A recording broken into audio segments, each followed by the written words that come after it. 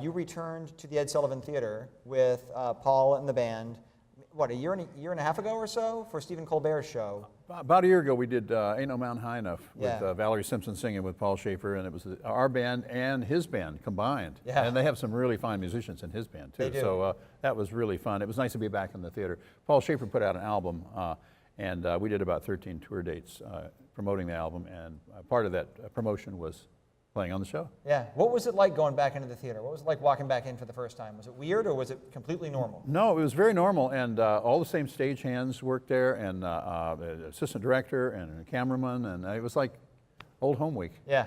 Yes. Do you miss late night television at all? Well, yes and no.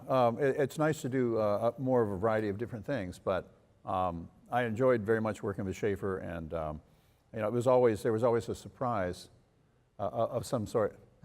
Like, I was also the arranger for the show. I ended up doing, in my career, I've done 2,700 arrangements for television. Wow. And yeah. That's incredible. Oh, yeah.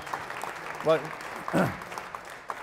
one night after the show, Paul Schaefer says, can you meet in my office about 6 o'clock? Because the show usually wrapped up around 5:30 or so, and by the time you change clothes, Paul says, can you meet in my office at 6 p.m.?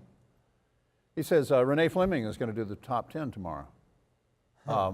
We need 13 opera excerpts arranged by 11 in the morning.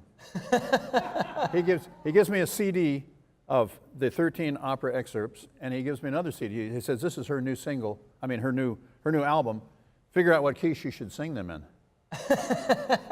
So, yeah, and how are we going to pull this off? And I'm thinking to myself, Renee Fleming, oh my God, she's going to be like so uptight and hard to work with.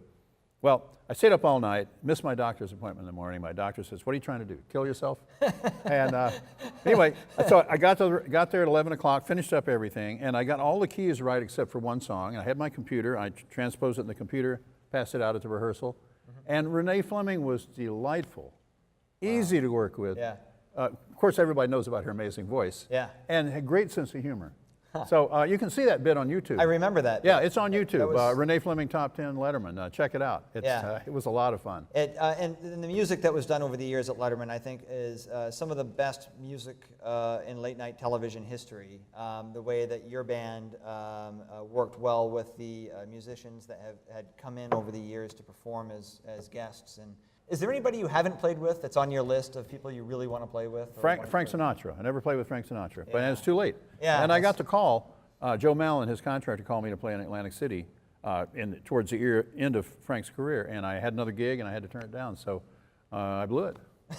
My big chance. Well, maybe there will be another time at some point in some other, no, there won't. I'm sorry.